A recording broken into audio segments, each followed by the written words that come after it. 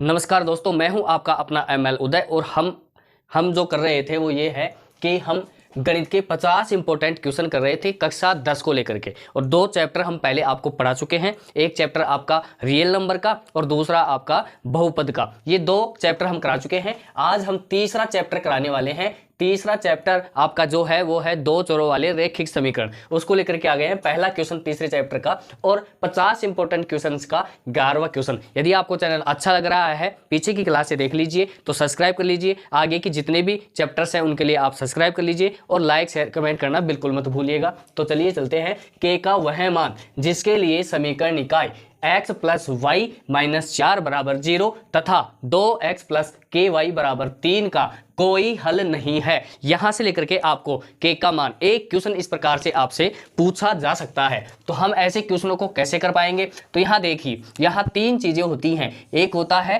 कोई हल नहीं है, यानी कि हम बात कर रहे हैं किसकी? हम बात कर रहे हैं नो सॉल्यूशन की। हम बात कर रहे हैं नो सॉल्यूशन, कोई हल नहीं है, कोई हल नहीं है। एक हम जो बात करते हैं वो हम बात करते हैं यूनिक सॉल्यूशन, यानी कि हम बात करते हैं अद्वितीय हल। एक हम बात करते हैं इन्फिनिटी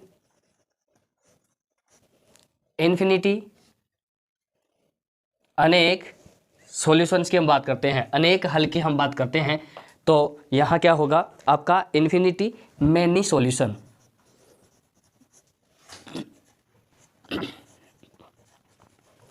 यानी कि हम बात करते हैं अपरिमित रूप से अनेक हलों की बात करते हैं हम, अनेक हल। तो यहाँ पर देखिए नो सॉल्यूशन की हम बात करते हैं। तो यहाँ क्या होता है, जब भी हम नो सॉल्यूशन की बात करेंगे वहां पर आपका क्या होगा? A1 B1 बराबर A1 A2 बराबर B1 B2 बराबर C1 C2। तो यहाँ पर क्या होता है? यहाँ क्रॉसिंग मार्किंग होती है। यहाँ पर देखिए ये नेगेटिव होगा। A1 B1 A1 upon B1 बराबर B1 अपॉन B2 और यहाँ पर ये C1 अपॉन C2 इसके बराबर नहीं होता। तो ये हमारी बात होती है किसकी? कोई हल नहीं है। तब हमारी जो प्रकृति होगी दोनों समीकरणों की वो किस प्रकार से अनुपात होगा? तो दोनों समीकरणों का जो अनुपात है वो हमारा किस प्रकार से होगा? इस प्रकार से होगा। तो ये जो अपना है ये A1 अपॉन A2 बराबर B1 upon B2 not equal to C1 upon C2, ये आपका कोई हल नहीं है, ये होता है यूनिक सॉल्यूशन। अद्वितीय हल की हम बात करते हैं। तो यहाँ पर आपका जो अनुपात होगा दोनों समीकरण का वो क्या होगा? A1 अपॉन A2 बराबर B1 अपॉन B2 बराबर C1 अपॉन C2, यानी कि यहाँ पर ये नॉट इक्वल टू होगा।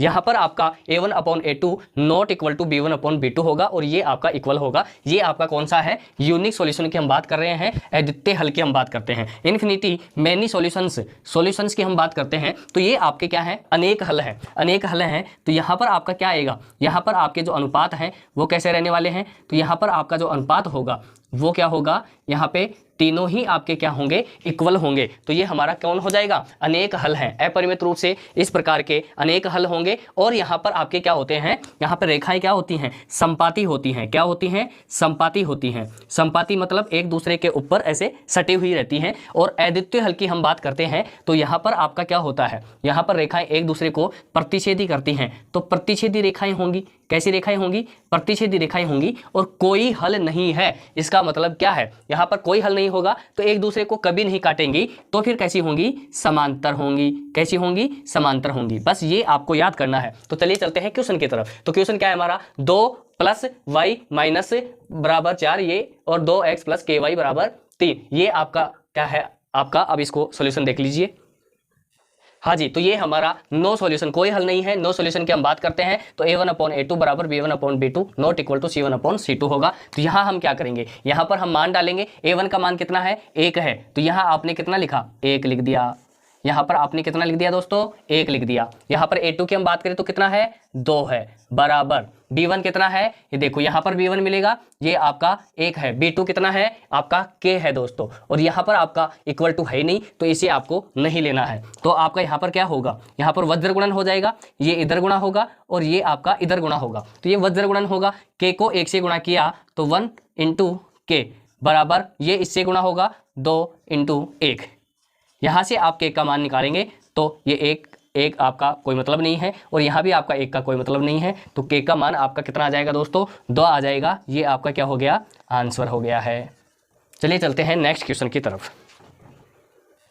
हाँ जी, तो देखिए अगला क्वेश्चन आपका 12वां क्वेश्चन आ गया है। यदि आपको चैनल अच्छा लग रहा है तो आप सब्सक्राइब कर लीजिए, लाइक शेयर कमेंट करना बिल्कुल मत भूलिएगा और शेयर कर दीजिए ताकि और लोगों को भी इस क्लास को देख सकें। तो आप देखिए, दो संपूर्ण कोणों में से बड़े कोण का मान छोटे कोण के मान से 18 डिग्री अधिक है, दोनों कोणों के मान ज्ञात कीजिए। तो सबसे पहले तो यहाँ बात हो रही है किनकी, संपूर्ण कोणों की बात हो रही है। तो यहाँ पर आप इसको हल कैसे करेंगे, दोनों संपूर्ण कोणों की बात हो रही है तो मान लीजिए कि सबसे पहले आप करेंगे माना बड़ा कोण x है व छोटा कोण y है। अब यहाँ पर संपूर्ण कोणों का मान आ रहा है तो प्रश्नानुसार आपको पहला समीकरण बनाना है। तो क्या होगा, संपूरक कोणों का योग, आपको पता ही है संपूरक कोणों का योग कितना होता है, 180 डिग्री होता है। तो यहाँ से आप क्या करेंगे, यहाँ से आपका एक समीकरण का निर्माण हो जाता है दोस्तों। तो आपका क्या होगा, ये बड़ा कोण और ये आपका छोटा कोण, दोनों का योग क्या होगा, 180 डिग्री। ये समीकरण आपका क्या बन गया, 1 बन गया। फिर से हम बात करें प्रश्नानुसार, दूसरा हम बात करेंगे तो वो आपका क्या है, ये है आपका कि बड़े कोण का मान यानी x का मान, बड़े कोण का मान आपका क्या है, बड़े कोण का मान छोटे कोण के मान से 18 अधिक है। ये छोटा कोण और इसमें 18 और जोड़ दो, इतना अधिक है, ये आपका बड़े कोण का मान हो गया। तो ये आपका समीकरण नंबर कितना हो गया दोस्तों, 2 हो गया। अब हमें क्या करना होता है, यहाँ पर आपको समीकरण को इसको ठीक तरीके से बनाने के लिए या करके आप इसे x और ये y भी इधर भेज देंगे तो माइनस का y बराबर 18। ये समीकरण आपका सही से बन गया है, समीकरण 2 हो गया।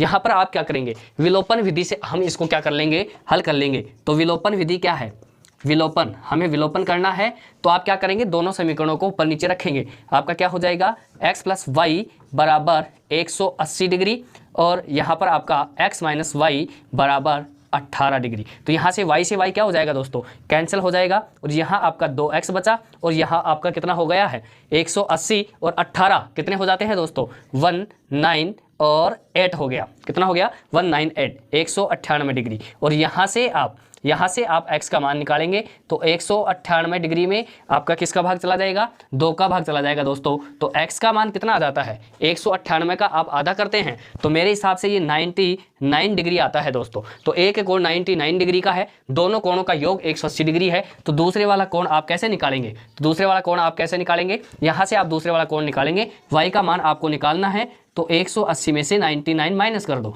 तो कितना हो जाता है आपका, 180 में से आप इसको 99 माइनस करते हैं तो आपका कितना आता है, मेरे हिसाब से ये 81 डिग्री आता है। तो दूसरा कोण आपका 81 डिग्री है और पहला कोण बड़ा कोण आपका 99 डिग्री है। जैसे ही दोनों का योग करेंगे तो कितना हो जाता है दोस्तों, 180 हो जाता है। ये आपका आंसर हो गया। चलिए चलते हैं नेक्स्ट क्वेश्चन की तरफ। यदि आपको चैनल अच्छा लग रहा है तो सब्सक्राइब कर लीजिए, बाकी की जितनी भी वीडियोज हैं उनके लिए, और एक बार शेयर कर दीजिए, सभी लोगों तक ये क्लास पहुंचनी चाहिए। 50 इंपॉर्टेंट क्वेश्चन देखना बेहद जरूरी है, अच्छे अंक लेके आने हैं तो।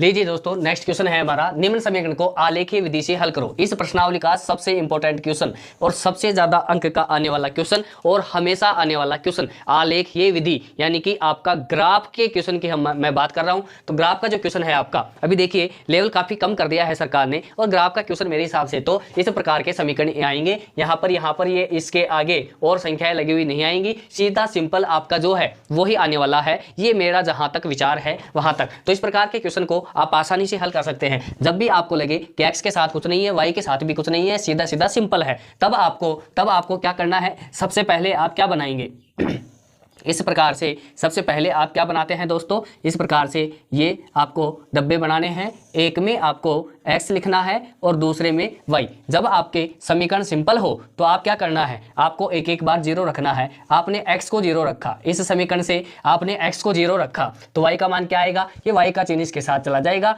ये आपका आ गया -10। आपने अब की बार y को 0 रखा, इसको 0 रखा तो इस x का चिन्ह इसके साथ जाएगा और x का चिन्ह क्या है, कोई चिन्ह नहीं है, तो आपका ये क्या आ जाएगा, 10 आ जाएगा। अब यहाँ पर आप देखिए, यहाँ पर आप करेंगे तो यहाँ क्या होगा, यहाँ फिर से वही डब्बे बनाने हैं, एक x का और एक y का। इसका मान 0 रखा तो यहाँ पर ये इसके साथ में माइनस का चिन्ह है, ये यहाँ चला जाएगा। इसको आपने y को 0 रखा तो x के साथ में प्लस का चिन्ह है, ये यहाँ चला जाएगा। ये आपका क्या हो गया, समीकरण बन गया है। और ग्राफ आप बना लीजिएगा। इसमें मोस्ट इंपोर्टेंट एक और बात क्या है कि आपके जो ग्राफ हैं वो ग्राफ है इस प्रकार से होगा, तो इस प्रकार से आपके जो मान है वो ज़्यादा नहीं जाने चाहिए, x का मान भी 10 से ज़्यादा नहीं जाए और आप कोशिश करें कि y का मान भी 10 से ज़्यादा नहीं जाए। तब आप क्या करेंगे, सबसे बड़ी बात यहाँ पर पैमाने की भी होती है, पैमाना लिखना भी आपका जरूरी है। यदि x और y अक्ष दोनों का मान 10 से कम है, किससे कम है, 10 से कम है, तो आप पैमाना लिख देना, एक बड़ा